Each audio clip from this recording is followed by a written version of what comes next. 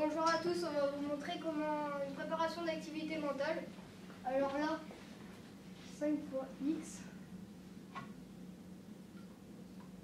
Après, on prend le 5 et on le met avec le 8. Du coup, c'est moins 5 fois 8.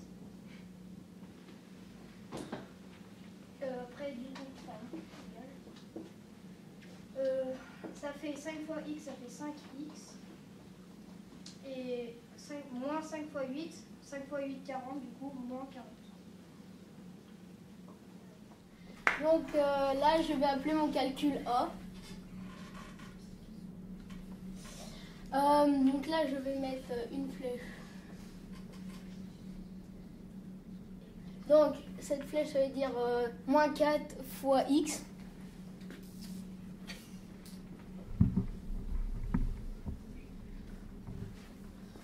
Donc,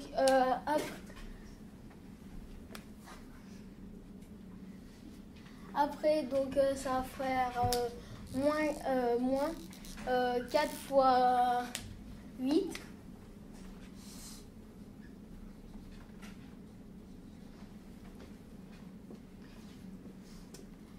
Donc là, ça va faire moins 4x. Et du coup, ça donne 4 fois 8. 4 fois 8, donc ça fait 40. Ah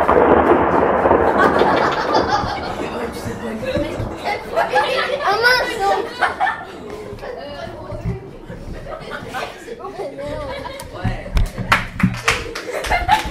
Bonjour, on se retrouve pour développer et réduire cette opération. Tout d'abord, on va la nommer B. Après, on va mettre moins 7 sur x et moins 7 sur moins 2. Ça va faire moins 7 fois x. Et là, ça va faire plus 14 parce que moins et moins, ça fait plus. Du coup, après, ça va faire b égale moins 7x plus 14. Et on encadre. On va factoriser l'expression suivante. Donc c égale 5x plus 15. C égale 5 fois x plus 5 fois 3. Parce que le facteur commun, c'est 5. C égale 5 fois x plus 3. Bonjour à tous. Aujourd'hui, on factorise l'expression suivante. Donc là, ce calcul, je vais l'appeler D. Donc après, je remets la lettre D. Donc 12x, c'est 3... non, pardon. Voilà. Donc, c'est 4 fois 3x plus, donc la 16, c'est 4 fois 4. Donc après, donc je vais souligner les chiffres en gros. Donc on va mettre donc 4 fois, on ouvre les parenthèses, donc 3x plus 4. Donc là, on revient, donc 4 fois 3, x, ça fait 12x, et 4 fois 4, ça fait 16. Et on va encadrer le résultat. E égale 5 plus 3 quarts. Donc pour calculer deux fractions différentes, nous devons trouver le même dénominateur. Donc E égale. Mais quand c'est écrit 5 comme ça, c'est comme si c'était 5 sur 1. Plus 3 quarts, du coup. Et maintenant, nous devons trouver le même dénominateur. Donc ici, le facteur commun, c'est 4 parce que 1 fois 4 égale 4 et on aura les mêmes dénominateurs communs.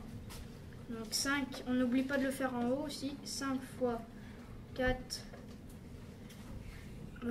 divisé, enfin sur 1 fois 4 plus 3 quarts. Voilà, donc calculons cette opération. Donc 5 fois 4, 20. Plus 1 fois 4 égale 4. Donc plus 3 quarts. E égale. Nous pouvons encore réduire cette division. Donc 20 plus 3, 23. Et on n'additionne pas les mêmes dénominateurs. Donc ça reste 4. Et on encadre le tout. Voilà.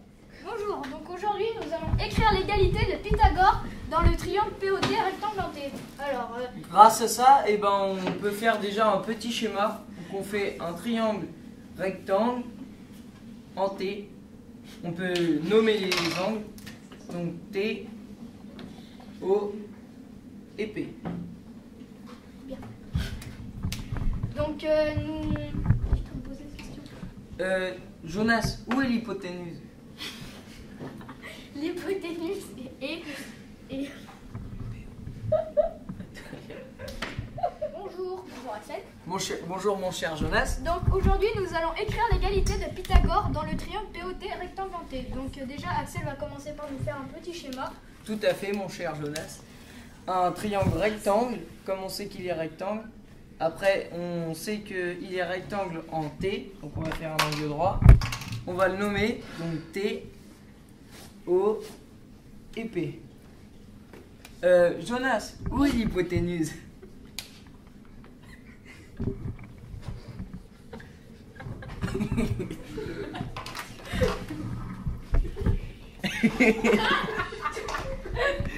Je vais prendre son relais, il s'en va bien.